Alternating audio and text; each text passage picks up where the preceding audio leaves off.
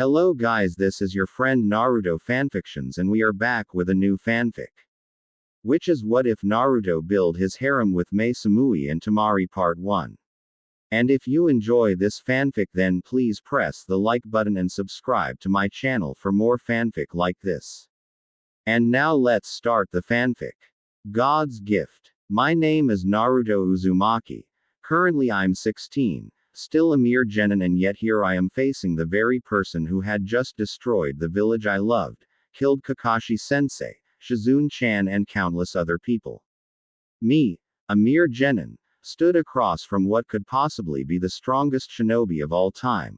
Well, that's if he weren't crippled, forced to use bodies as puppets and separate his abilities amongst them. I'd defeated each of those bodies. Tendo, Diva Path, Shikushodo, Animal Path, Gakido, Preta Path, Ninjendo, Human Path, Shirato, Asura Path, and the last of the 6 paths, Jigokudo, Naraka Path. To simply put, it was the hardest fight of my young life, and I have no doubt it's only going to get harder. One good thing that came out of that battle, I now know of my father, Minato Namikaze, the Yondaime Hokage, the man I'd always looked up to. Luckily, I have more up my sleeve than just Rasengan and its variations, Senin Moto, Sage Mode, and Kage Bunshin, Shadow Clones. When I was just 13, Ero Senin took me away from the village to train me, to make me stronger to defend myself and my precious people from Akatsuki and anyone else that wished to harm them. When he told me we were leaving for 2.5 years, I was excited as any growing shinobi would be, knowing they were going to be getting stronger and learning powerful jutsu. However, things went differently. Instead of training to use jutsu, I had to make my body stronger, physically. Obviously, being young, at the time, I complained, I wanted to know flashy stuff. Ero Senin though had explained what we were going to be doing in the time I was with him. He told me had originally planned to just build my strength, speed, resilience, chakra control, taijutsu and maybe Kyuubi's chakra. I had been about to complain at the time, but thankfully before I could Ero Senin had further explained. After Sasuke's betrayal, he had changed how he was going to train me since I had more than just Akatsuki to deal with. Instead of just those aspects of a shinobi, he had decided to fill me up with ninjutsu, to make me the best I can ever be. So for those years and the 6 months, my taijutsu was improved to the point that I could go toe-to-toe with Ero Senin and only come away with a few bruises. It wasn't perfect at the time, but then I knew I could still improve it. My speed had increased beyond even Ero Senin's expectations. Well, that's what he told me. I could simply vanish from one spot and appear a good distance away using my newfound speed. Ero Senin and I had decided to call it Shu. NPO, Flash Step. Ninjutsu on the other hand, which is still my favorite aspect, had grown leaps and bounds. I found out my nature affinity were Futon, Wind Release, Raiden, Lightning Release, and Sweeten, Water Release. However, in the time limit we couldn't master each of them. Ero Senin had recommended training with Raiden and Sweeten at the time, which I had fully mastered by the time I came home. I learnt, mastered and even creating some of my own jutsu in those 2.5 years. Some could be considered even S rank, which I was entirely pleased with, knowing I had created such strong jutsu. Though, Ero Senin had told me that when we returned home that I should keep it all a secret, to only show so much. He hadn't wanted Akatsuki or anyone else to find out just how strong I really was. When I'd asked him how strong I was, he had truthfully told me I was at least mid-high A rank. In the end I agreed to only show a little of what I could do, though at times I hated it. Aside from training, I had grown in the time away from the village, becoming more of an adult. Perhaps saying it to myself sounds like I'm boasting or over-exaggerating, but either way it's true. I became more mature, looking at the world for what it was, not the naive way I had forced myself to live. Due to how I had grown up under the hateful glares of the villagers. During the training trip, we had ended up in Suna, which I was happy to see Gaara after a long time. At that time though, he was just a chunin, so finding out he was Kazekage once I returned was a greater shock to me. Anyway, while in Suna I relaxed for a short time, getting to know Gaara much better, teaching him more about the world since he had been cut off from a lot in his time as a killer. In that time though, I got closer to Temari, Gaara's sister. Even back then I couldn't deny her beauty, her ple grace, and how she held herself with pride as a kunoichi even when some looked down upon them. She was never afraid to speak her mind. She was blunt, honest and deadly, a combination I like in a woman. It was at that time I had realized I had become more mature. I wasn't afraid to tell her she was beautiful like I would have been before I had left with Jiraiya. Seeing a person like Temari who didn't show too much emotion blush made more bolder, more honest and overall more confident, the very thing I needed in life. She was also the woman I had lost my virginity to. It wasn't some drunken accident, or a case of, why not? It was because I liked her and she had admitted she liked me over time. Ero Senin and I had spent 2 weeks in Suna. Or rather I did while he went of information gathering. I was 14 at the time, a young time for some to lose their virginity, I know.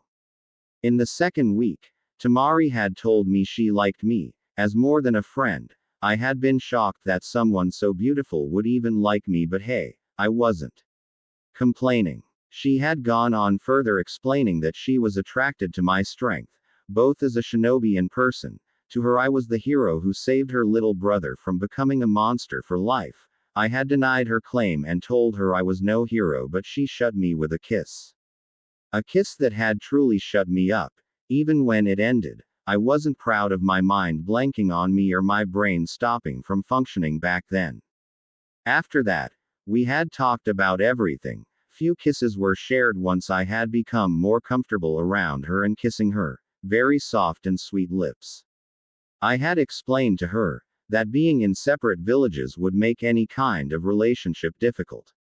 After we had a talk about that, we agreed to enjoy our time together while we could, and we worry about all that later. She told me we were shinobi, we may not have long lives. I'd agreed, knowing being a Jinchuriki I may have a shorter life than anyone. On that note, she had grabbed me by my t-shirt and warned Konkuro, who was also in their manner, to not bother them and keep Gaara away before taking me to her room, locking the door where we spent all night and most of the week, having like wild animals.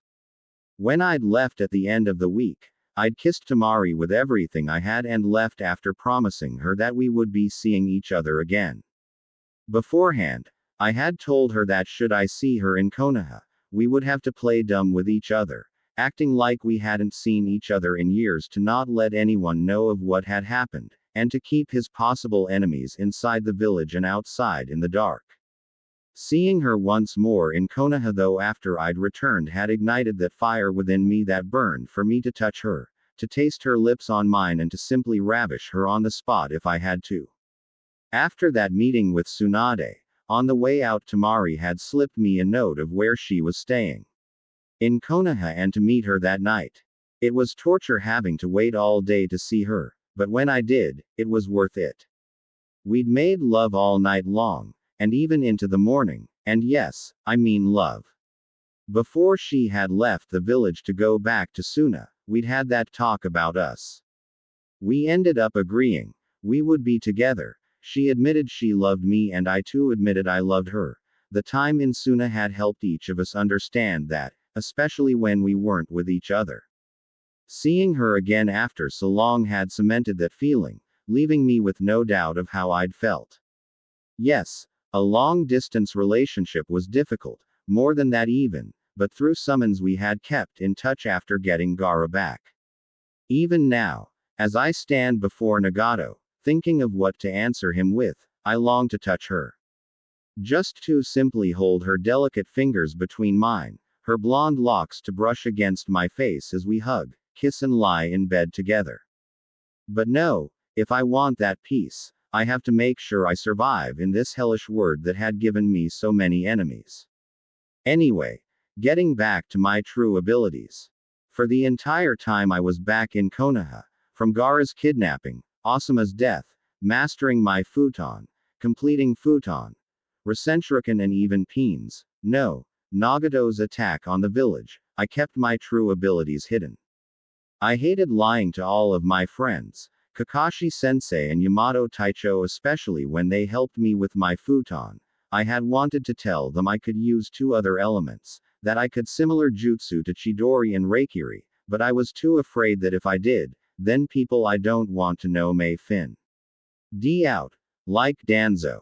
So I had to play dumb, act like I was still stupid despite the fact that over the time away from Konoha I had become much smarter from working on strategy. The only time I didn't play dumb was when Pa and Ma taught me how to use Senjutsu chakra. All of that I had no idea about.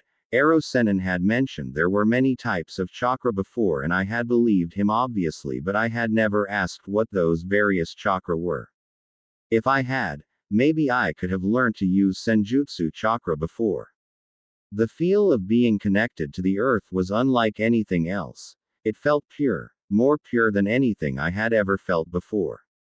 Now though, after listening to Nagato speak about his past and coming to realizations on my own, I had to show everyone who I really am, what I can do, to simply stop PLA Ying around. Maybe if I had decided to do so earlier, I could have saved the other Jinchuriki before Akatsuki got them. Shaking my head of such thoughts, I looked back up at Nagato as he continued to speak. Hai no Kuni. A mile away from Konohagakure no Sato. Secluded cave. Just by living people hurt others without realizing it. As long as people live, so too will hatred. There can be no peace in this cursed land. What Jiraiya spoke of was nothing but a fantasy. Nagato had just told Naruto, who was stood across from him, all about his past, what had made him the man he was today. Nagato had told Naruto all about his past. How he, Konan and Yahiko were all just poor orphans in a megacure. He told him about how Jiraiya found them and had trained them in the ninja arts for 3 years. However, it ended when Jiraiya left at the end of the 3rd year. They then proceeded to start a rebellion against Hanzo and all those on his side. However, it all went down the drain when Danzo and the other 2 elders along with all his root shinobi made an alliance with Hanzo to destroy the rebels. Konoha at the time was neutral with aim during the time of the battle between the rebels and Hanzo. Naruto then realized that Danzo and the elders had performed treason behind the Hokage's back, while Sarutobi was Hokage, while his father was Hokage, and he had no doubt that Danzo was performing treason while Tsunade was in charge. The good thing to Naruto was now he could have proof against him in the form of Nagato and Konan. Nagato then explained that Danzo had taken Konan hostage and ordered one of them to kill the other or she would die.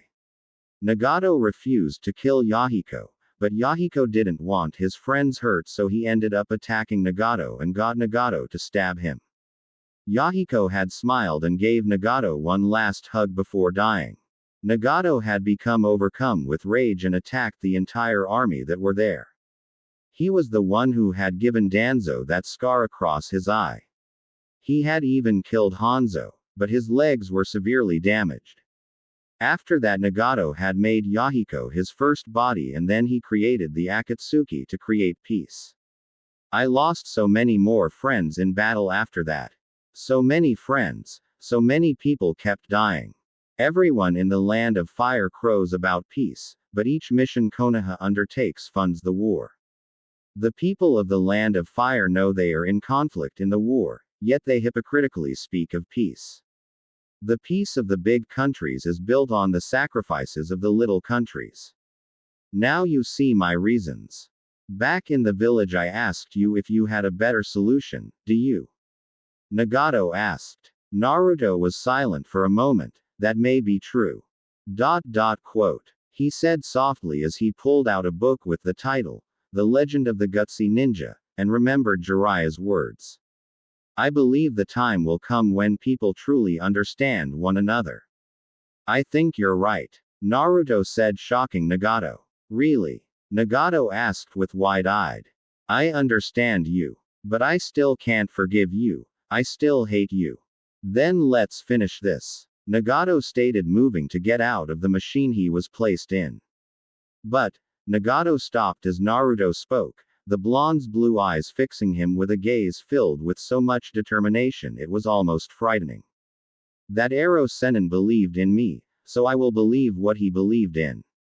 Naruto stopped, his grip tightening around the spine of the book. That's my answer.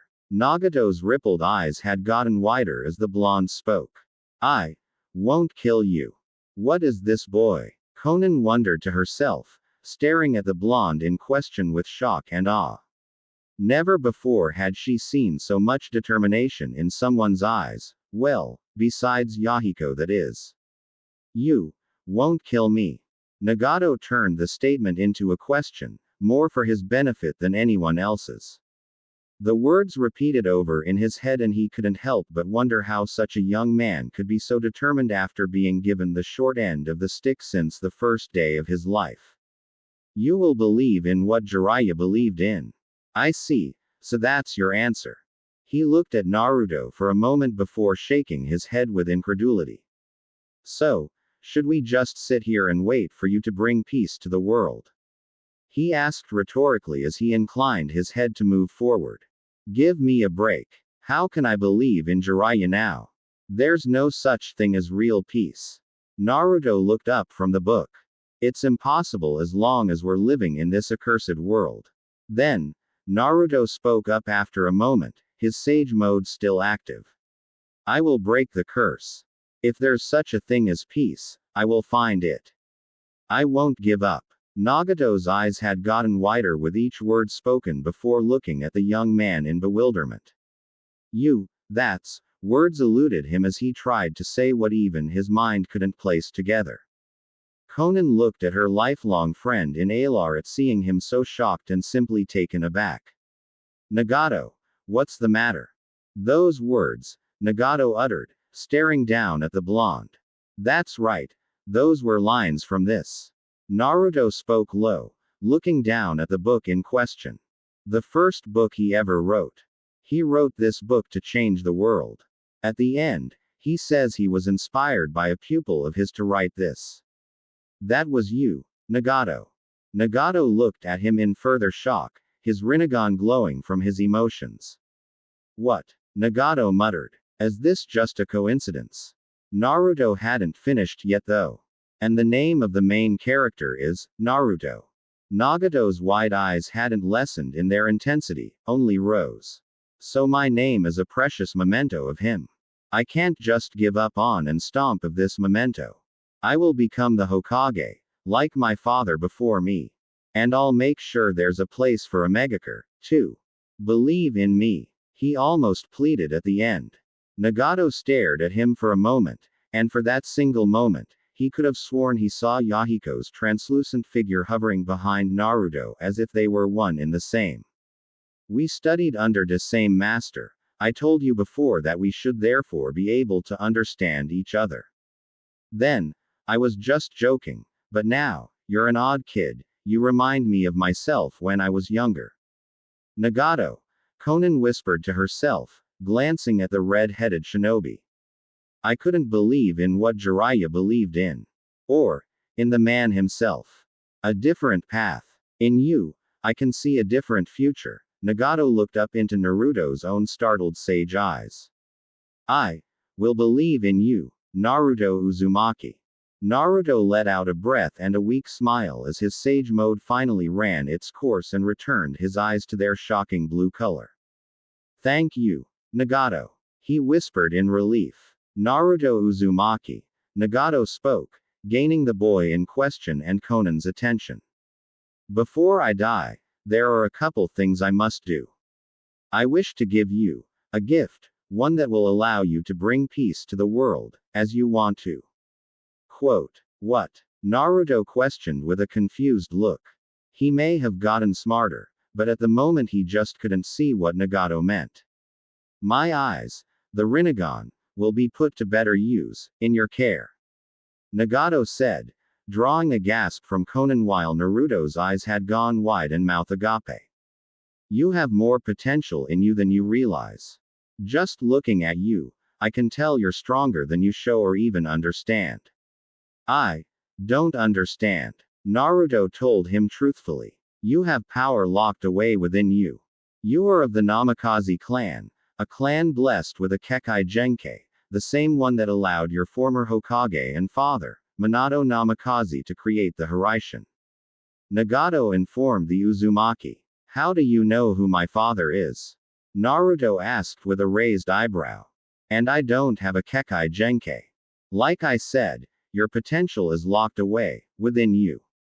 Most likely due to the seal holding the Kyuubi back, or the Biju itself. Nagato explained. There are more to my eyes than them being a dojutsu. In a way, they are sentient. They hold knowledge, power, and the ability to bring change to the world. The Rinnegan's chakra will merge with you, travel through your body and change it to how it should be. You will most likely grow taller. Your hair may change. You may gain more muscle. I don't truly know what will change in you. But I do know, it will unlock your potential, give you your true power. Naruto looked at him shocked for a moment at the ability of those eyes that were considered a myth not long ago before Blin. King, how would you even give me the Rinnegan? He asked, considering its power. After all, power in the right hands could be used for good. Nagato smiled down at him. I will have my Rinnegan implanted within you. It will sense your Uzumaki blood and chakra, and it will bond with your chakra netwo.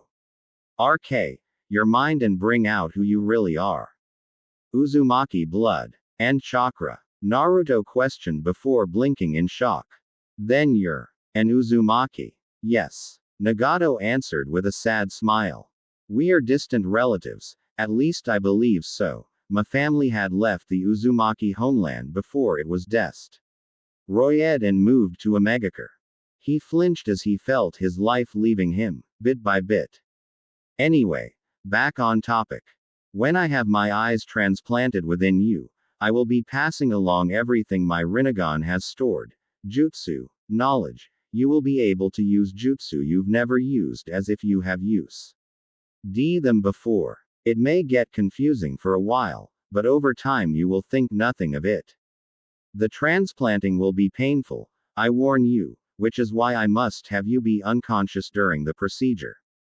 In that time, your DNA will change, your body will change to how you should look, and you will know everything I do. Naruto looked at Nagato for a moment. Say I agree to have this done. Then, will I have to go out and find some dead bodies to share the power I'll possess?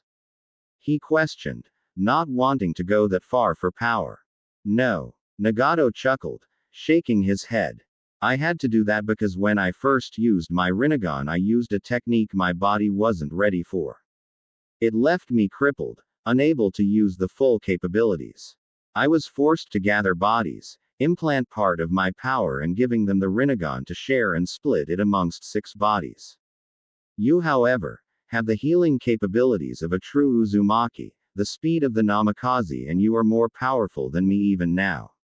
Should you accept this power, you will be able to use its full powers, adding in your almost unlimited chakra supply. You will be able to do so much more with it. Your healing abilities will affect the transplantation though. For a short while the Rinnegan will stay permanent, but your healing ability will return them to your original blue ones, allowing you to still use your Sennin-moto and the Rinnegan itself like an Uchiha would use his Sharingan. I wish I could explain more, and teach someone like you along the way, but everything I know, you will soon know. Quote. Conan stood off to the side slightly, looking at Nagato with nothing but shock, sadness and pride at having him back to how he used to be, though she knew it would only be a short time. Looking at Naruto, she noticed the determination mixed with anxiety and wariness. If she was correct, she could LSOC hesitance in accepting the power. Naruto heaved out a huge sigh. I see, and what about this Kekkei Genkai I was supposed to have gained from my father's side of the family? He knew he could have asked if the man knew who his mother could be since he was also from the Uzumaki clan, but it would most likely be futile. Ero Sennin had told him bits and pieces of his mother but never a name. He had told him how they had a long life expectancy, large chakra reserves, the largest of any clan possible, and tremendous healing capabilities. It explained a lot actually when he had thought about it. Nagato smiled at the young, happy he was considering taking his power that he wished to give the young man. That, you will learn once you accept this power. I'm not holding the information back as a means to force you to accept my gift, but if I look for that information stored with the Rinnegan's KN Olage base, it will use the chakra I need for what I must do. Naruto nodded before he blinked at his fellow Uzumaki. Rinnegan's knowledge base. He questioned with curiosity, though he had a pretty good idea what he meant. Yes, that is the place these eyes store information. Words from a book, jutsu, taijutsu styles, even the amount of raindrops you may see fall. Nagato answered. Now, Naruto Uzumaki Namikaze, will you accept this gift I offer you? Quote. Naruto looked down at the book in his hands and instantly knew he had to take the power. While yes, it was a dangerous dojutsu, it was only dangerous to the bearers, enemies, and in this case, it would be Naruto's enemies, namely the Akatsuki and Sasuke Uchiha. He could protect his precious people, especially Temari, with power like that. Looking back at Nagato, he gave a curt nod. I accept. Nagato gave a nod and a smile filled with relief. There is one more thing I wish to give to you, something I have always kept with me. He gave a nod to Konan as he spoke to her. Unseal the weapon. It's time someone finally used it. Konan looked up at him in shock. Are you sure, Nagato? It's been in your family for generations. Naruto looked between the two in confusion. Generations. So it's a family item? He asked with a raised eyebrow. Yes, I'm sure, Konan. Nagato assured his friend with a nod. Turning to Naruto, he gave a nod. Yes, it had been passed through my family generations after generations. It is a weapon from the Uzumaki clan, in other words, and there was little information on it as it had been forged in the era that the Rakuto Sennin was alive. It is known as a Zanpakuto, Soul Slayer. Like many other weapons, it is also sentient. It will only allow those with great strength wield it. So far, there have been none. Its true name isn't even known. I hope that you are able to wield it to its true potential. He explained of the ancient blade. Naruto was riveted by the information, a weapon from his clan, a powerful one at that, being given to him. God, he hoped he could use its power, he hoped it would accept him as its wielder. Konan sighed and reached into a back pocket, pulling out a scroll with a clip on it. Flicking the clip, she knelt to the floor and rolled it out along the ground. On the scroll, the kanji for Zanpakuto was inscribed along it. Biting her thumb to draw blood, she swiped it along the seal, and one poof of smoke later and a sword appeared on top of it. The sword was a work of beauty. It looked like a normal katana with the exception of the guard, which was in the shape of a four-pointed bronze-colored star. Its hilt was light blue and beside it was a dark blue sheath. It's beautiful, Naruto whispered, transfixed by the sword that looked as if it had just been forged. That it is, Nagato commented as he gazed at the weapon. Konan gently picked the sword up and slid it into its sheath with a click, before standing up, holding the sword across her hands. Walking across to Naruto, she held the sword out with a frown. In a way, it was like losing a piece of Nagato she always kept. Naruto hesitantly held out his hands to grasp the sword, pulling it from the blue-haired woman's grasp.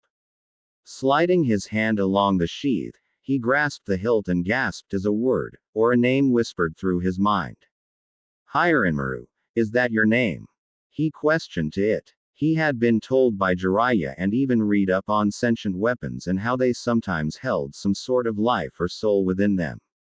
However, there was no answer from the sword, forcing him shake his head clear before looking into the proud eyes of Nagato and odd ones of Konan, who had moved back to the side of her friend. So, what now? He asked, grateful for what Nagato was giving beyond words. Now, Nagato mused. We will place you unconscious and start the procedure. Don't worry about returning to Konoha too late. This will take at least 5 minutes with Conan's skills and then a couple minutes to bandage your eyes, and our healing abilities will kick in straight away. Hopefully, it will only take about 30 minutes. Naruto-kun. They all heard an unfamiliar voice, though to Naruto it was familiar, causing him to jump, having forgotten about his extra passenger. He looked on his shoulder to see Katsuyu slither up to it and look at him. What shall I tell your friends? She asked politely. Oh, Katsuyu, I almost forgot you were here. Naruto exclaimed with wide eyes before taking a deep breath. Tell them I'll be back soon and to not worry. He almost grimaced at what he'd said, telling people like Sakura-chan not to worry when he had gone off to God knows where was like asking them to panic. Katsuyu looked at him for a moment, scrutinizing him and hoping he was making the right decision by taking the power of the Rinnegan. Though even she knew how much it could help Naruto. All right, I hope you know what you're doing. For Tsunade-sama's sake. The little slug told him, getting a small smile in return. I do. He gave a nod to the slug queen. Naruto sighed and gave a nod to Nagato about what he'd said before. Katsuyu reminded him she was still there, praying everything went fine. All right, let's do this. He trailed off as he felt a prick in his neck. His vision went blurry, his speech went slurred, and he couldn't find the strength to stand. The last thing he saw was heading to the ground before everything went black. Conan pulled the needle from his neck and quickly caught him before he struck the ground. Got ya, she whispered, lowering the future Rinnegan wielder to the ground, the only hope the world will have for a savior. Nagato smiled sadly as he watched Conan place the young Uzumaki on his back and brush his hair back before untying his headband and placing it beside him. He knew it couldn't be easy on Conan, knowing he was about to die from using Chibaku Tensei in a weakened state and what he would be doing in EU moments. However, he couldn't. No, he wouldn't trust anyone else to perform such a delicate surgery on him to transplant his eyes into Naruto's sockets. You will be a force to be reckoned with, Naruto Uzumaki. With the Rinnegan, your true power, the Namikaze Kekkei Genkei, that Zanpakuto, and also the power placed within you by Itachi Uchiha, you will give birth to a dojutsu unlike any other someday in the future, and you will use it to bring peace to the land. Coughing up some blood, he looked up into Conan's concerned eyes. Nagato, do you have to do this? She asked, biting her lip to stop her emotions from jumping out. After everything I've done, this is all I can do to repent for my mistakes. He looked down at his fellow clan member. This is all I can do, to give Naruto-kun the power to protect his future, and the world's future. He will give birth to a new era, one of peace. The least I can do right now, is to give him the power and the hope he needs to make those dreams into reality. He placed his hands in a seal. Help him back to Konoha when this is over. He will most likely go into a coma for a couple days to gather the information within the Rinnegan and use that time to look through everything. Quote, what about Madara? Conan asked, accepting her mission. Nagato's eyes narrowed at the name. He will be looking for my corpse to take my eyes, no doubt. Forget about him. Protect Naruto. If Madara finds out what has happened here, I don't know what Madara will do to get these eyes. Though, I wouldn't be surprised if he had some way to receive a Rinnegan eye. Understood. Conan asked shortly before closing her eyes as Nagato's chakra spiked. Well, what he had left. Geto. Rinne Tensei no Jutsu. Outer Path. Samsara of Heavenly Life Technique. Kanahagakure no Sato. Everyone was starting to collect all the corpses of people killed in the invasion and placing them all at the same part of the village when all of a sudden a massive poof of smoke rose up from the center of the village. When the smoke cleared, it displayed the outer path in all its glory. What's going on? Ino asked, slightly scared. Did Naruto lose? Shikamaru asked, worried himself. They hadn't heard of anything in a while now and the people were getting anxious of what may have happened. No. Shino's monotone voice broke through the whispers of the younger generation. Quote. Look. They all looked at the creatures as its mouth opened up to impossible lengths and thousands of green tendrils burst from its gaping maw. Each tendril struck a corpse, making everyone back away in alarm and caution, not knowing what to expect. He's bringing them back, Inoichi said, feeling a warmth spread throughout a body he was about to pick up. What? Shikaku asked, looking over at his lifelong friend. He's right, Sakura exclaimed in shock as she held Shizun's hand that was getting warmer. That thing, it's bringing them all back. But, why would Pain do that? Kiba asked, stroking Akamaru's back out of habit. Sakura smiled to herself, knowing just why someone who had just destroyed their home and killed many people would suddenly bring everyone back to life. Because he was changed by Naruto's power to bring out the good in someone, and change their views. She told them, almost wanting to laugh out of sheer joy. It meant Naruto was alive. He had convinced Pain to do good. She just didn't know what else Pain, Nagato, would soon do to give them hope that the future wasn't lost. A mile away from Konohagakure no Sato. Secluded cave. Minutes later. Nagato had just finished the jutsu and had been laid down beside Naruto by Konan, who had to wipe at the tears that fell from her eyes. Coating her hand in green chakra, she bent beside Naruto Uzumaki and placed her hand just above his left eye. I hope you know what you're doing, Nagato. She told the body of her now deceased friend. Looking down at Naruto, she smiled slightly through the tears that wanted to fall. You'll become a strong man, Naruto-san. I'll do as Nagato wished and help you where I can. With one last sigh, she got to work on transplanting the eyes. 25 minutes later, Naruto had woken up a few seconds ago and came under onslaught of information, images and stuff he couldn't understand flying around his mind. Pain unlike anything he had ever felt stabbed at him in his mind, eyes, and even his body ached as if he'd been crushed under the Okage mountain.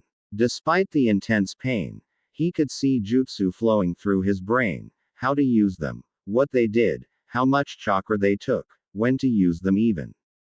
There were so many jutsu and yet he had no idea what they were, and yet he did as well. Was this what Nagato had meant? A part of him knows but the other is clueless. I swear to fucking Kami, if this pain doesn't lessen I'm gonna use these, bring Nagato back and kick the living shit out of him. God, it feels like my eyes are on fire. I really am being given everything he knew. Ninjutsu, Genjutsu, Taijutsu and even Kenjutsu. Thousands of books worth. I even know how to do all that. Whoa, information on the Sharingan, Byakugan and even Kekai Genkai from other villages. Maybe when this incessant pain stops, I can sort throughout everything, especially once my body stops aching all fucking over. A sharp stab of pain spiked through his hand, forcing his hand to immediately grasp that part as his back arched from the ground. He absently noticed the feel of bandages wrapped around his eyes. So, what happened to Nagato? Before he could verbalize the question, the last moments of Nagato's life flashed through his mind in less than a second, as if telling him what he wanted to know. He brought everyone back. How? He sacrificed himself to repent and give me hope. I thought he was just dying. I never realized he was killing himself. The pain subsided for a moment. I promise, Nagato, I'll train to become strong, stronger than ever before. I'll learn to use these eyes of yours as if they had always been a part of me, which technically they always have since I now know what you know. Anyway, I won't let your sacrifice be in vain. I see you're awake. An angelic voice that he had come to know came from beside him. He felt soft, delicate hands tighten the bandage before brushing his locks of hair back and over the bandages. You've been out of it for over 20 minutes. You probably already know, but Nagato revived everyone in the village. He heard a shocked sob and guilt welled up inside of him. Nagato's dead and you now have the Rinnegan. For a short while you'll experience much pain, having so much knowledge inserted into your brain from the Rinnegan and having the same eyes merge with your chakra network, changing your DNA and physical body, it will eventually place you into a temporar. Why coma? It may just be a day, in fact, depending on how fast those eyes work and how great your healing ability works as well. When you wake up again, you will have changed somewhat. You will be able to activate the Rinnegan or deactivate it at will. Unlike with Nagato, it won't be permanently active. I'll be helping you back to Konoha. As you are now, you won't be able to make it by yourself. I can't possibly imagine the pain you must be going through right now. Within a couple days that knowledge will be integrated with your mind. You will simply know everything. With that, you will become more powerful than you've ever been before.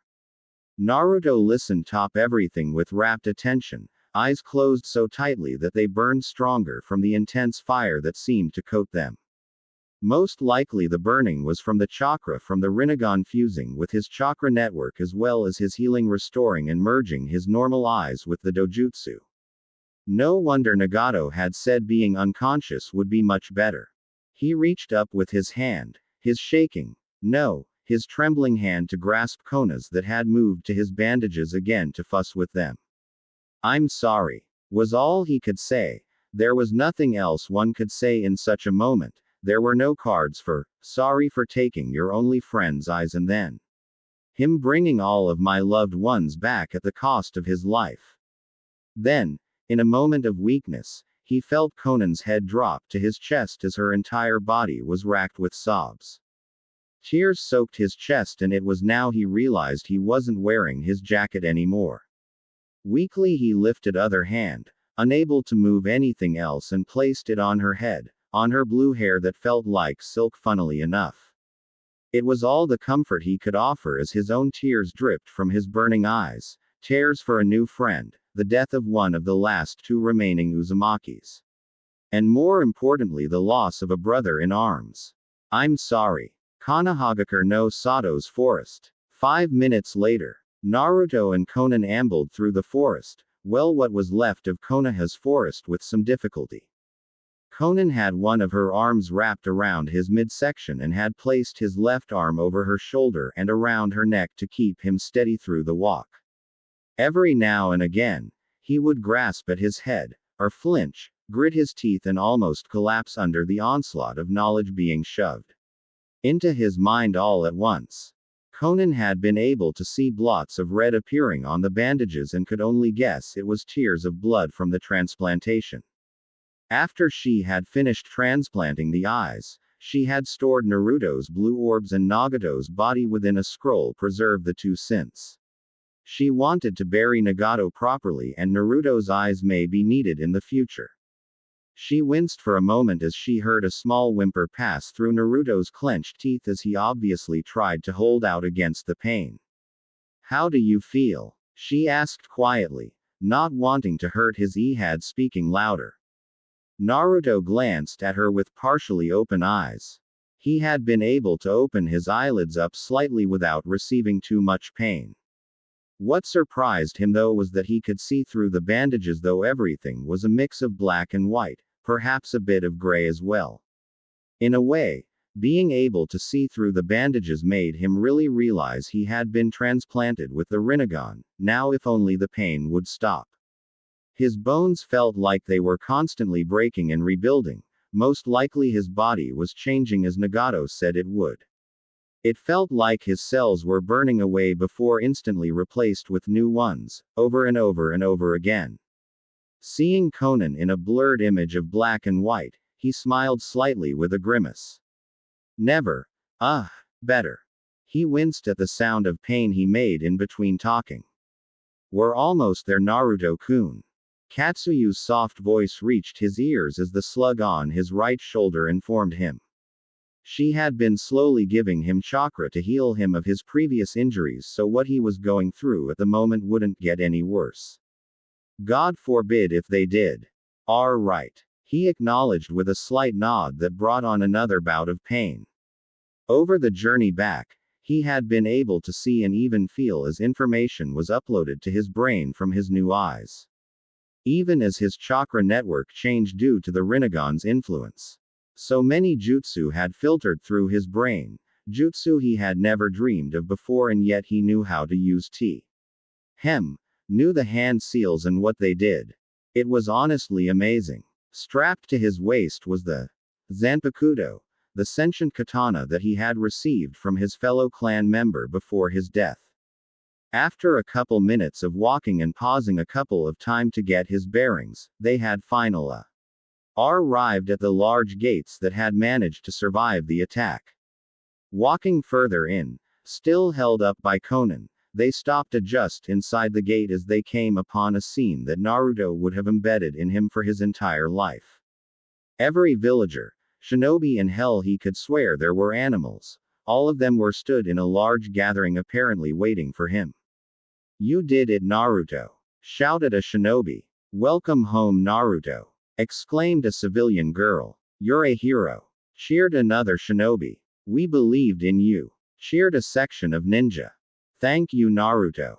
Cheered more civilians. Naruto's mouth opened wordlessly, unable to say anything to express what it all meant to him. Against his will, tears of blood slid down his face at finally being acknowledged. A part of his dream was complete. The people of his home no longer hated him.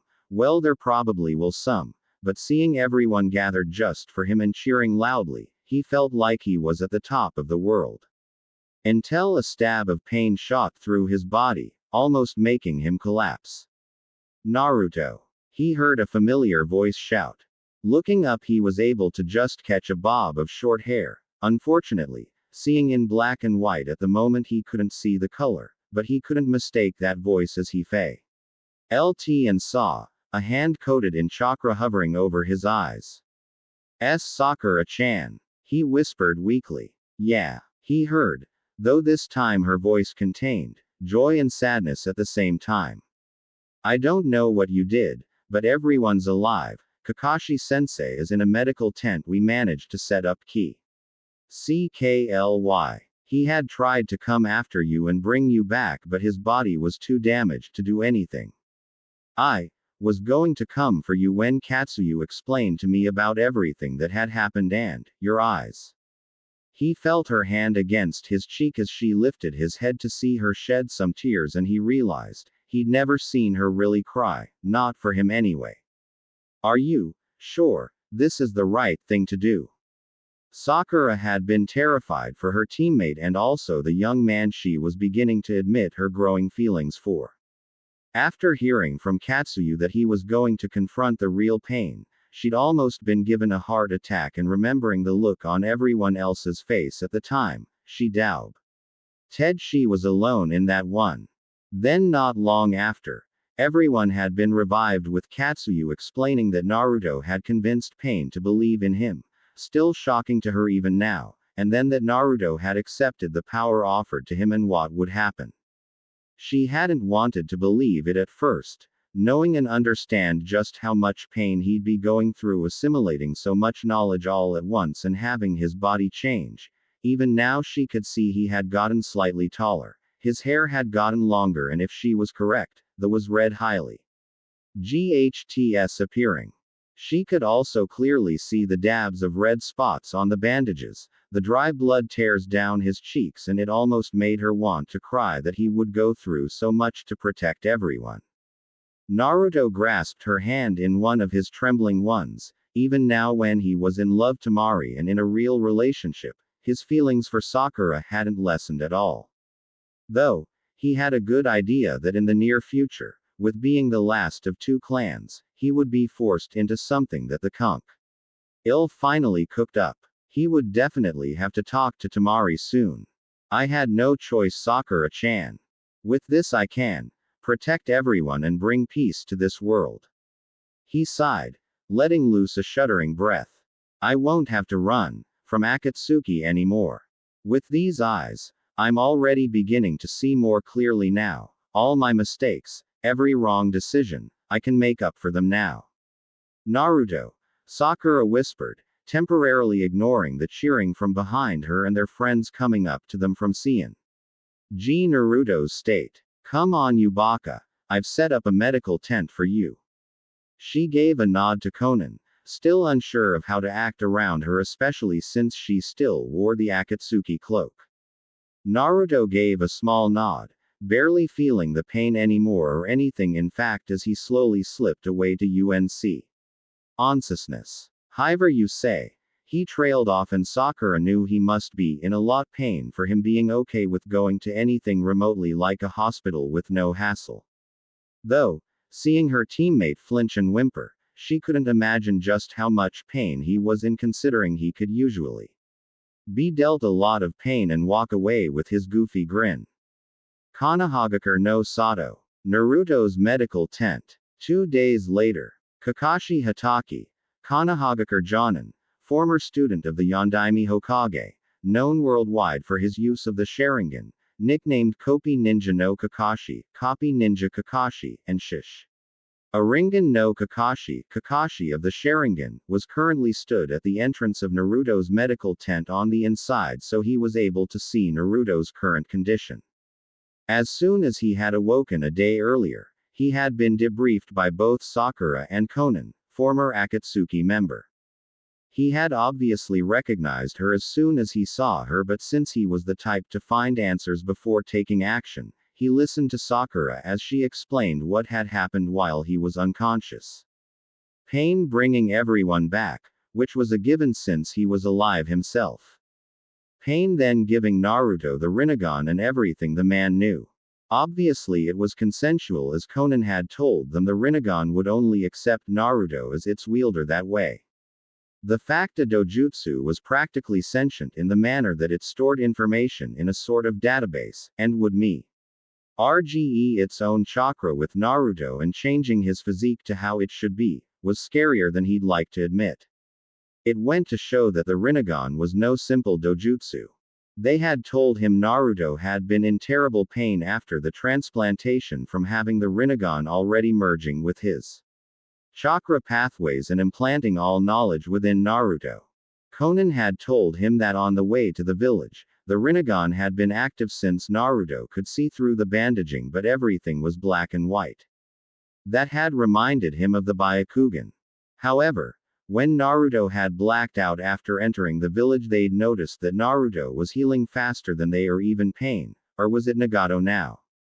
Either way, they'd found he was healing faster than they'd predicted. The area around his eyes had healed, but nevertheless they kept the bandages wrapped around his eyes for precaution. Even to Konan the Rinnegan was a mystery, only Pain had understood it, meaning when Naruto awoke, he would too understand it. Then it came down to the business with the village itself. Letting out a weary sigh, he moved closer to Naruto's bed, where the blonde-haired young man lay, though he could see red highlights coming through. Leaning against a pole that held the tent up, he thought about what Shizune had soon explained to him. Tsunade-sama was in a coma from having used her Sozo Seisei, creation rebirth, to send her chakra into Katsuyu, allowing the Slug Queen to heal and keep the majority of the villager and shinobi alive. Then the Fire Daimyo had called for a meeting of the next Hokage, since he couldn't place his trust in the belief that Tsunade may wake up. The only good thing, however, was that he had said he wouldn't begin the meeting until Naruto Uzumaki Namikaze had awoken. Clearly the man had been informed of just what Naruto had accomplished and that the young man would be awake any day, never mind the fact the man had said his last name, his real last name. Some part of Kakashi prayed that the Fire Daimyo wanted to wait for Naruto to wake to make him Hokage, since his was now the perfect chance for Danzo to finally make his move, and honestly, only Naruto would be able to take the position of Hokage. The village itself, though, was slowly picking up. The rebuilding was slow but making process, and after all it wasn't like they'd had to build it from scratch bef. Or, Konan herself had been standing guard over Naruto the entire time and Kakashi had to respect the loyalty she displayed to Naruto, despite being enemies just 2 days earlier. Naruto, who was now the legacy of Minato Namikaze, his mother, Jiraiya, and now Nagato. Each one had left some part of them with Naruto, each in their own way for the young man to fulfill his dream and their own. Now though, as he looked down at Naruto, his student, pride unlike he'd ever felt before filled him. This young man of 16 had defeated a man that had killed him, Jiraiya-sama, and even Hanzo of the Salamander. He almost laughed at how insane it sounded. Nevertheless, this boy was still becoming stronger as he thought about him becoming stronger. The Rinnegan had finished changing his body so Naruto could use the jutsu he probably knew more efficiently like Nagato had. He could only imagine the library of jutsu his mind was at the moment. He would be able to use every element, and knowing Naruto, he would be able to use the sub-elements also. Especially with just how the Uzumaki clan were distant relatives of the Senju. They may be distant, but they were relatives nonetheless. Naruto probably also knew the Namikaze clan's Kekkei Genkei, something Kakashi had always wanted to explain to Naruto, but seeing how the blonde hadn't grown as he should have, or even shown signs of activating it, he had pinned the blame on Kyuubi and the seal from stunting Naruto's growth like it had. And now finally, maybe he would see Naruto's true strength. Of course he knew the blonde was stronger than he'd shown. It wasn't just the fact that Jiraiya-sama had told him before he'd left for Omegakure, but it was the way Naruto held himself. He was confident in himself, in his power, and he always seemed to hold himself back in fights. He had wanted to tell Naruto he knew he was stronger than he'd shown, that Jiraiya-sama had also told him of his little escapades with a certain Kazukage's sister. Yes, Jiraiya-sama knew, he wasn't known as the best information gatherer for nothing. But for Naruto's sake the man had kept quiet. He may have been a pervert, but even he wouldn't tease Naruto or make fun of him about falling in love with Temari. From what Kakashi had been told by the former Sannin, Naruto had become a man a long time ago. After that information had been shared, they both had to smile with pride that Naruto had bagged one of the hottest kunoichi out there. Kakashi understood Naruto's reasons for keeping everything a secret, but he would have liked to talk about the boy he'd come to see as a son or maybe a nephew about his personal life. Sighing, he decided not to lament on what could have been but rather what could be. He just hoped that despite Naruto becoming even more powerful, he would still hold an important place in his life. You have no idea how much you affect people. Sakura's changed from being a less talented kunoichi to one that could and most likely will become one of the strongest shinobi. Sigh. I may not have been in the same team as him as long as you, but for you to have changed someone like Sai to become loyal to you, even more so than Danzo, is incredible. Even Hinata now has almost stopped her stuttering. I don't know what happened when she stepped in between you and Pain, but Sakura told me that Hinata seemed more confident in herself now. You even changed Neji years back. Kiba's no longer as arrogant as he sued to be, though being from his clan, he's bound to show he's an alpha to get respect. Hey, even Ino is becoming stronger after seeing you use your Rasenshuriken. From what Inoichi told me, she had practically ordered him to teach her more of their family techniques. She learned medical ninjutsu from Sakura and Shizune while you were away leaning and mastering Senjutsu chakra. She may one day become one of the brightest kunoichi alongside Sakura. Lee, well, he has decided you're his rival. I'd laugh at that, but honestly, having Guy claim I'm his rival for as long as I can remember, I know the hardships that will befall you. Shikamaru actually works harder now. Choji is no longer the coward he once was. Tenten had always been a dedicated kunoichi, though I think when she sees your new sword, you'll have a new fan. Kakashi thought to himself, thinking of how the younger generation had changed. He was broken from any potential thoughts by the groan coming from the bed. Looking down sharply, he watched as Naruto, who was obviously now awake, slowly lifted a hand up to his bandage and felt it as if checking it was still there. The young blonde slowly pulled himself up into a seating position and stared down at his hands through the bandages. How long have I been out of it, Kakashi-sensei? Naruto asked, not even looking at him, which caused Kakashi to actually blink at him. You can see me? Kakashi asked. No. Naruto shook his head, clenching his fists as if testing they worked. I can sense your chakra beside me. He slipped a leg over the side of the bed and then another as he placed his hand on the edge and pushed himself up and stumbled slightly. Whoa. I feel different. He muttered as he pushed himself completely up, only wearing sweatpants. Kakashi actually stared in shock as he saw Naruto's new muscles actually ripple and flex along his skin. Holy crap, he's like Guy. Shaking his head, he answered his student. You've been out for 2 days, a shorter time than what Conan had thought you'd be out of it. Conan?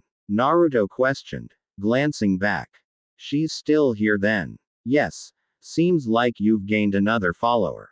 Kakashi smirked slightly. Naruto smiled and gave a short nod before heading to a mirror that had been placed in his tent. Good. I don't want her out of my sight, he said, surprising Kakashi. You don't trust her. I trust her, with my life even. Naruto assured his sensei. But, it worked. I know everything Nagato knew. Jutsu, taijutsu, kenjutsu, hell, even the knowledge of all of the countries and lands. Basically, everything Nagato had seen, done or read, all up here. He tapped his head. Anyway, I'm worried about Conan. With what I know now, there are people, or rather a person, who will want to kill her for betraying him. He stood in front of the mirror. Who? Kakashi asked, realizing Naruto was basically a goldmine of Akatsuki information. The true leader of Akatsuki. Naruto answered with a weary sigh, sounding too old for his age. I want to tell you, Kakashi-sensei, but right now I can't. The village needs rebuilding. I need to work out the kinks of my new abilities. He reached up and grasped the edge of his bandages and began to unravel it. There's more happened in the village you don't know about, Naruto. Kakashi sighed heavily. Things are worse now, and frankly we need you. Naruto pulled off the rest of his bandages, revealing his usual bright blue eyes.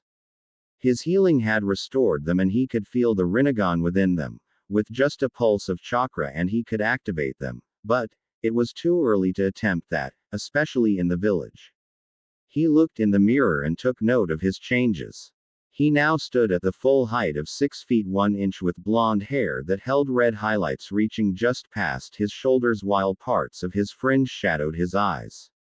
His whisker marks had vanished from his cheeks due to the changes of his body, but left minor traces of them behind. His body was more muscular, most likely to fit the needs of what he could now and what he would be able to do.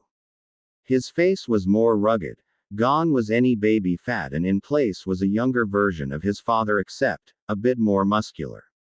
He had to say though, he liked the red in his hair, but where did he get it from? Shrugging, he turned to Kakashi, his bandages hung around his fingers. What's happened? He asked, dreading the answers from the sigh that Kakashi let out. It's Tsunade-sama. Naruto's stomach dropped immediately. Nothing could happen to his Ba-chan, it just couldn't. She was all he had left when it came to people he looked to for advice, apart from Kakashi and Yamato, that is. But Tsunade, she was the only reason he hadn't upped and left the village from the treatment he had received before he started getting praised. She was the one that he would go to for some advice about life. Nobody knew, but he had confided in her about his relationship with Temari. He'd been afraid of a long-distance relationship and he knew she knew he could do more since Jiraiya had to tell her. Not that he was angry at the man. In fact, it made it easier for him.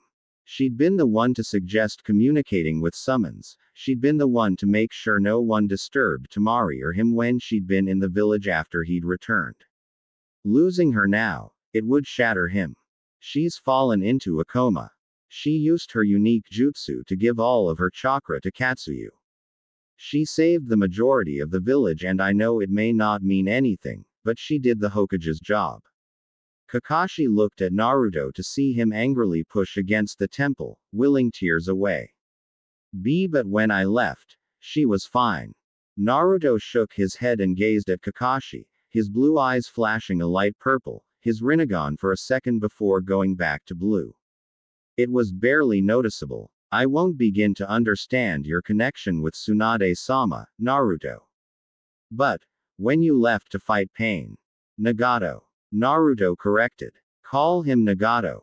Pain was a mask. Kakashi gave a nod in acceptance. Nagato. Tsunade was forced to drop her genjutsu and reverting to her true form. Currently, she has barely any chakra within her.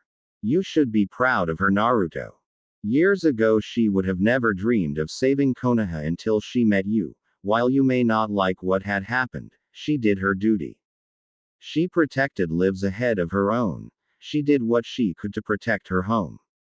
Kakashi explained with sorrow at what had happened to their Hokage. Naruto grit his teeth. He didn't like what had happened, but she was Hokage, it was her duty after all. Kakashi was right though. She never would have saved the village and its people before he'd met her, and what would have happened if he hadn't brought her back? Would everyone still be dead? Who on earth would be Hokage? Danzo. The very thought made him shudder in disgust. I understand. I'll visit her when I can. What else is there? He asked. Without a Hokage in the village, someone would no doubt be selected. Well, that was the first topic. Second, the Raikage has called for a summit, and I will be frank as to the importance of this summit, at another time. However, you should know that this summit will be a convening of the 5 cages, from Iwa, Kumo, Kiri, Suna, and of course, Konoha. Kakashi explained. They had received the letter earlier that day actually, and it had mentioned about a team of 3 shinobi being sent their way with vital information.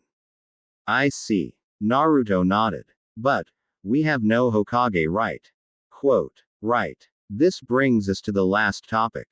Since there is no Hokage, the daimyo has ordered for a meeting to take place to decide who will be Tsunade-sama's successor. He held up a hand to stop Naruto from speaking. I know what you're thinking, but at times like these, even I agree we can't wait for her to wake up. Right now, we're vulnerable, more vulnerable we've ever been. The daimyo has requested that the meeting be held off until you wake up. The meeting will be between you, the daimyo, and the council of Konoha. Me? Naruto questioned, confused. Yes. It would appear that the daimyo somehow has knowledge of your heritage and of your defeat of Nagato. Honestly, I don't know what he wants you there for. Whether it's because right now the village sees you as its hero or the fact you're probably stronger than anyone in the village now, especially with the gift from Nagato, I couldn't say.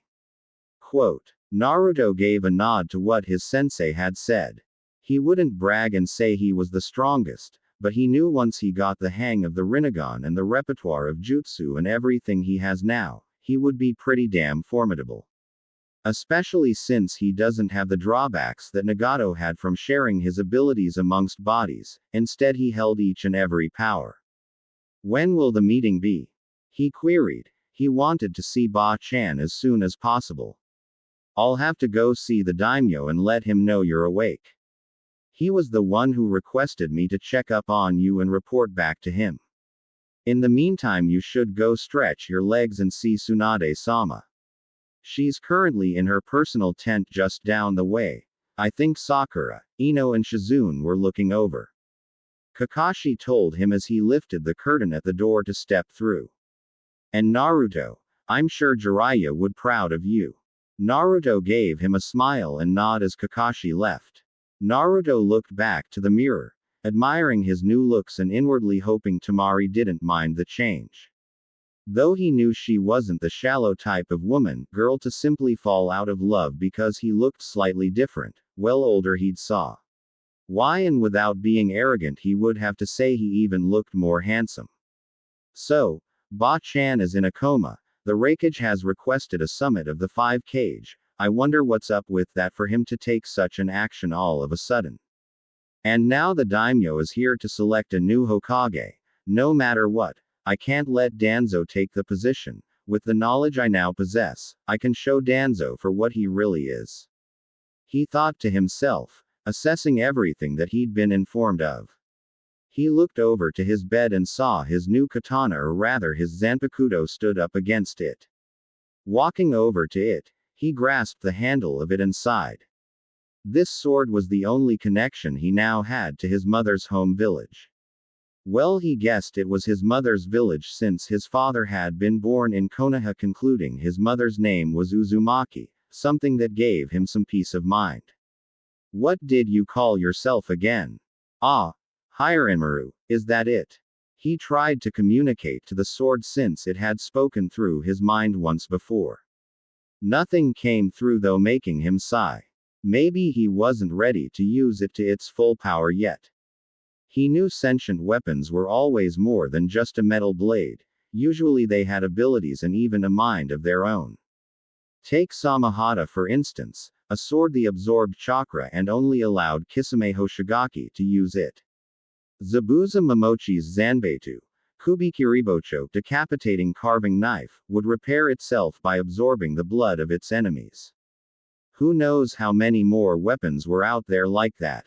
But despite being cut off from his own sword, he could tell it held great power, especially if it was as old as En. Agato had said. Looking back at the mirror across from him, he tried to access the Rinnegan but got nothing more than a mere flicker of his eyes changing color for a brief second, a very brief second. I guess it's like the Sharingan in the way it will only activate in a certain situation.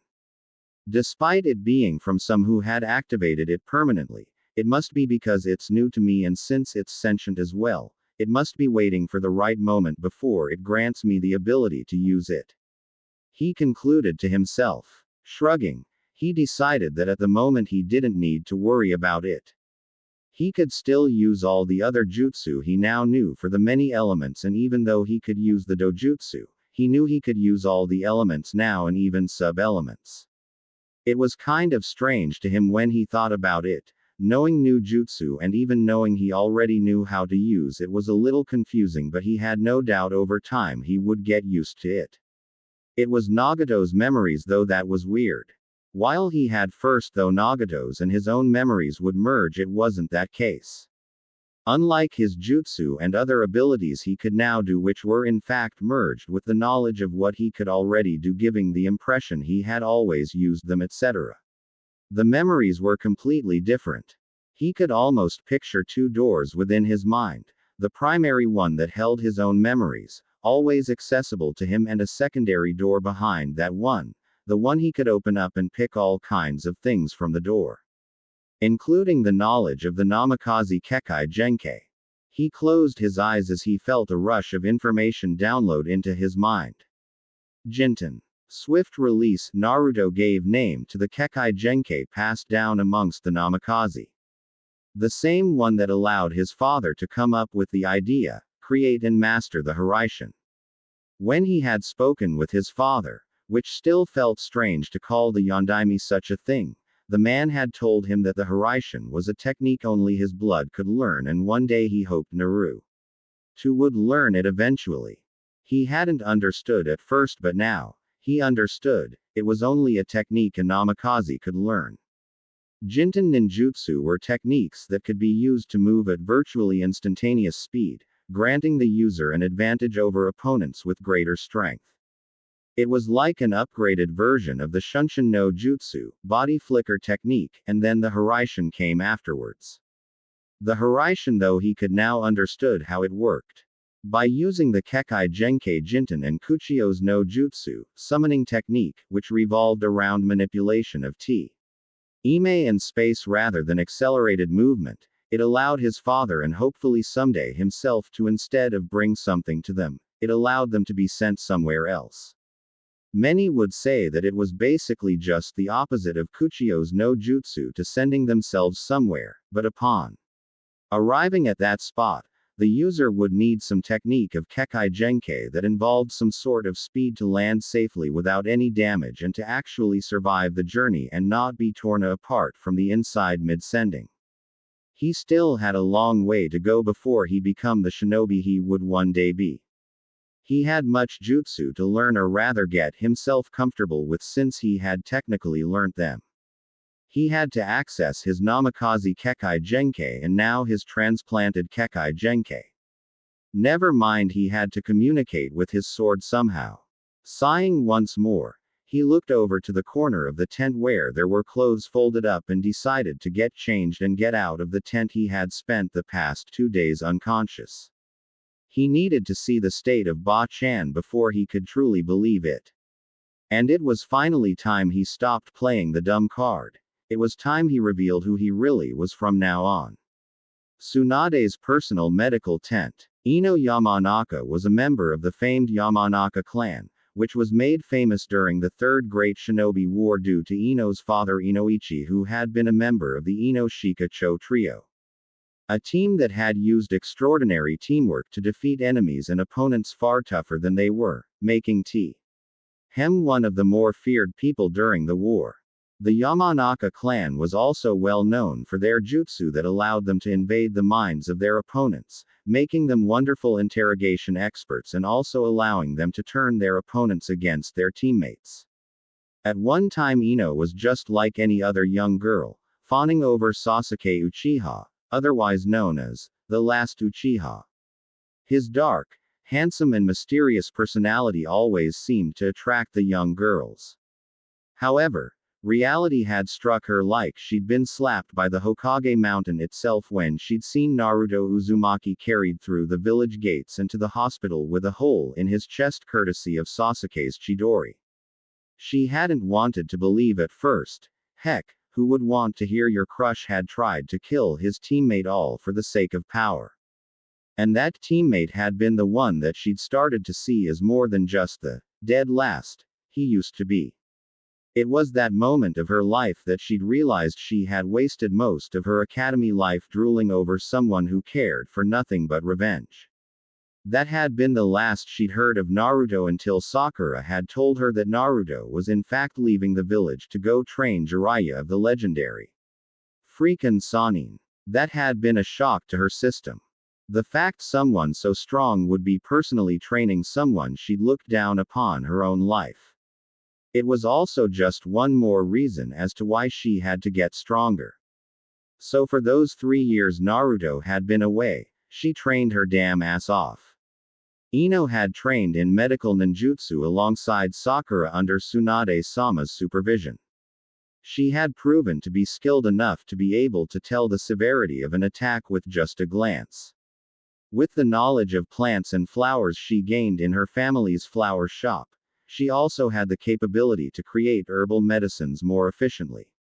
Like Sakura, she also gained better chakra control because of her study in medical techniques, allowing her to fight better in taijutsu. At some point she had started to use a tanto, sometimes for fights or simply when it came to making herbal medicines, as the tanto was perfect for cutting up plants and flowers without causing any damage to them. After Naruto had come back, she had heard bits and pieces from Sakura, who she had re-befriended after a while, and learnt he had become much stronger. She hadn't seen him properly, however, until she had gone with Sakura one day to where he had been training. Apparently Sakura had been taking some medical's ball to him to help him work harder and replenish his chakra and stamina quickly. When she'd seen dozens of clones lined up along a plank of wood and briefly cutting a waterfall in half before it crashed down again, she'd been gobsmacked, to be honest.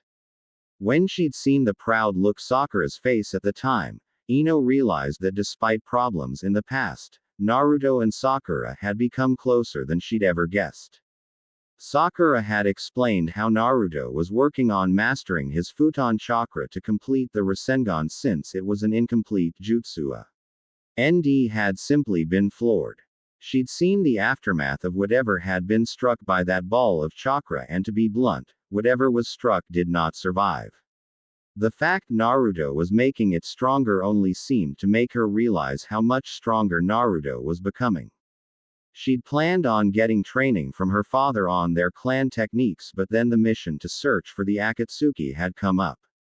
The same people after Naruto. If she'd known how that mission would have turned out, she would have trained until every part of her body bled from exhaustion. Losing Asuma Sensei had simply been like ripping apart her soul. The man had trained them and sort of raised them since they were just 12 years old, and in one simple mission, he was gone. Forever. With Shikamaru, Choji, and somehow Kakashi, they'd gone after the two Akatsuki for simple revenge. They wanted blood, and while they wanted nothing more than the two of them dead, she realized midway through the battle that they were going to die if Kakashi-sensei didn't dose something soon. Because fighting Kakuzu was like fighting multiple people with high-level jutsu. Then the impossible happened. Naruto and his team had shown up. But Naruto, well, he had changed into someone else. No longer was he the goofball that actually managed to brighten people's lives up. No longer was he the little runt that ran about laughing. He was a true shinobi, ready to kill in a moment's notice. She'd known he was also close to Asuma Sensei. In what ways she didn't know how he was close to the man. So obviously he'd taken Asuma's death hard. Hearing him speak of taking on Kakuzu had nearly driven her into a panic at the time. She may not have been close to the blonde, but he was a comrade, and well, at the very least he was her friend. When she'd first felt the chakra and the raw power from his futon, Rasenshuriken, she'd almost pissed herself. No joke. When she'd seen him form the jutsu, she had realized she was behind people like Naruto in certain aspects. At that time the most she'd done was use Shintention no Jutsu on a bird and distract Kakuzu from killing Choji with kunai. That was it. It was also the first time she had ever seen such a serious side of Naruto in battle, and it had opened her eyes to the kind of man Naruto actually was. But when she'd seen the full effects of the jutsu when he practically demolished Kakuzu, she had been glad Naruto hadn't been too responsive when she healed, because between admiring his muscles as he was pressed against her at the time, had made her almost strip him down and ravish him. Because under those baggy clothes was a body worthy of a god. Why he hid it, she didn't understand. After that mission, it seemed that Kami hated Naruto and was giving him the short end of the stick. First he had to chase after Sasuke Uchiha, who eventually killed his brother Itachi. Then as soon as Naruto arrived back, he found out that his sensei and the man who'd raised him for 3 years had been killed by the group after him. She could only imagine the anguish he would have been in. Then he'd left to become even more powerful to carry on Jiraiya-sama's legacy. It had been only about a month or two before Konoha was finally attacked by Akatsuki and in the end, turned into nothing more than a large crater. Then a miracle had happened. Naruto Uzumaki, the new sage, had appeared in the village, only to see the home he'd loved wiped off the map. She hadn't seen much of the fighting, but she'd seen enough explosions to know there was some high-level fighting going on. In the end, Naruto had won and come back to the village with bandages wrapped around his eyes, the blue-haired Akatsuki woman holding him up, and he looked as if he would die any minute. Somehow though, Sakura had known exactly what was going on and had immediately taken Naruto to a tent where he had then been stuck for 2 days, in a coma. However, as she looked down at Tsunade